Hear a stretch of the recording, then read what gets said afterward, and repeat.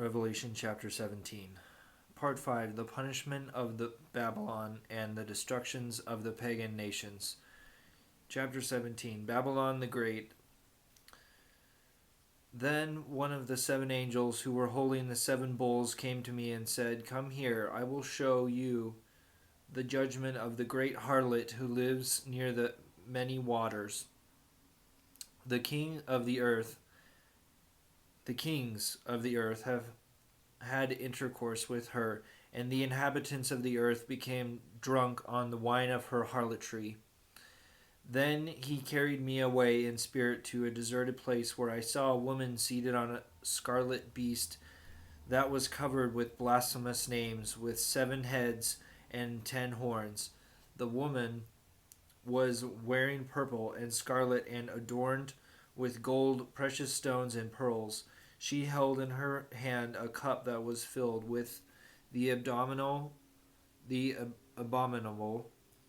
and sordid deeds of her harlotry. On her forehead was written a name which is a mystery: Babylon the Great, the mother of harlots and of the abominations of the earth. I saw that the woman was drunk on the blood of the holy ones and on the blood of the witnesses of Jesus. Meaning of the beast and her harlot. When I saw her, I was greatly amazed. The angel said to me, "Why are you amazed? I will explain to you the mystery of the woman and of the beast that carries her, the beast with the 7 heads and the 10 horns. The beast that you saw existed once, but now exists no longer. It will come up from the abyss and is headed for destruction. The inhabitants of the earth, whose names have not been written in the book of life from the foundation of the world, shall be amazed when they see the beast, because it existed once, but it exists no longer, and yet it will come again." Here's the clue for the one who has wisdom. The 7 heads represent 7 hills upon which the 7 women sits. They also represent 7 kings. 5 had already fallen, and when he comes he must remain only a short while. The beast that existed once but exists no longer is an 8th king, but really belongs to the 7 and is headed for destruction. The 10 horns that you saw represent 10 kings who have not yet been crowned. They will receive royal authority along with the beast for 1 hour. They are of one mind and will give them power and authority to the beast. They will fight the Lamb, but the Lamb will conquer them, for he is Lord of lords and King of kings, and those with him are called chosen and faithful. Then he said to me, "The waters that you saw where the harlot lives represents large numbers of peoples, nations, and tongues. The 10 horns that you saw and the beast will hate the harlot. They will leave her desolate and naked. They will eat her flesh and consume her with fire. For God has put it in their minds to carry out his purpose and to make them come to an agreement to give their kingdom to the beast until the words of God are accomplished. The woman who you saw represents the great city that has sovereignty over the kings of the earth." Chapter 18. The fall of Babylon. After this I saw another angel coming down from heaven, having great authority, and the earth became illumined by his splendor. He cried out in a mighty voice, "Fallen, fallen is Babylon the Great. She has become a haunt for demons. She is a cage for every unclean spirit, a cage for every unclean bird, a cage for every unclean and disgusting beast. For all the nations have drunk the wine of her licentious passion. The kings of the earth had intercourse with her, and the merchants of the earth grew rich from her drive for luxury." Then I heard another voice from heaven say, "Depart from her, my people, so as not to take part in her sins and receive a share in her plagues, for her sins are piled up to the sky, and God remembers her crimes. Pay her back as she has paid others. Pay her back double for her deeds. Into her cup pour double what she has poured. To the measure of her boasting and wantonness repay her in torment and grief. For she said to herself, 'I sit enthroned as queen.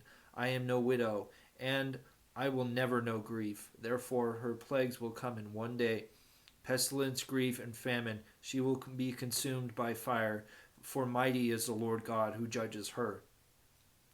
The kings of the earth who had intercourse with her in her wantonness will weep and mourn over her when they see the smoke of her pyre. They will keep their distance for fear of the torment inflicted on her, and they will say, Alas, alas, great city, Babylon, mighty city. In 1 hour your judgment has come.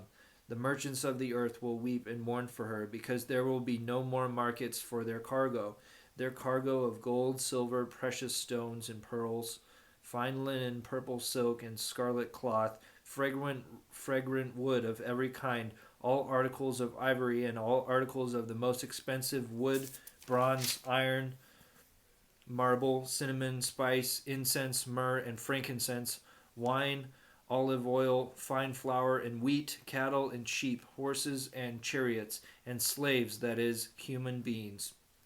The fruit you craved has left you. All your luxury and splendor are gone. Never again will one find them. The merchants who deal in these goods, who grew rich from her, will keep their distance for fear of the torment inflicted on her. Weeping and mourning, they cry out, Alas, alas, great city, wearing fine linen, purple and scarlet, adorned in gold, precious stones, and pearls. In 1 hour this great wealth has been ruined. Every captain of a ship, every traveler at sea, sailors and seafaring merchants stood at a distance and cried out when they saw the smoke of her pyre. What city could compare with the great city? They threw dust on their heads and cried out, weeping and mourning, Alas, alas, great city, in which all who had ships at sea grew rich from her wealth.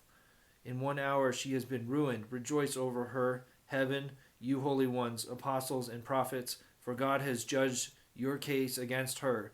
A mighty angel picked up a stone like a huge millstone and threw it into the sea and said, With such force will Babylon the great city be thrown down, and never will it be found again. No melodies of harpists and musicians, flutists and trumpeters will ever be heard in you again. No craftsmen in any trade will ever be found in you again. No sound of the millstone will ever be heard in you again. No light from a lamp will ever be seen in you again. No voices of bride and groom will ever be heard in you again, because your merchants were the great ones of the world. All the nations were led astray by your magic potion. In her was found the blood of the prophets and holy ones, and all who have been slain on the earth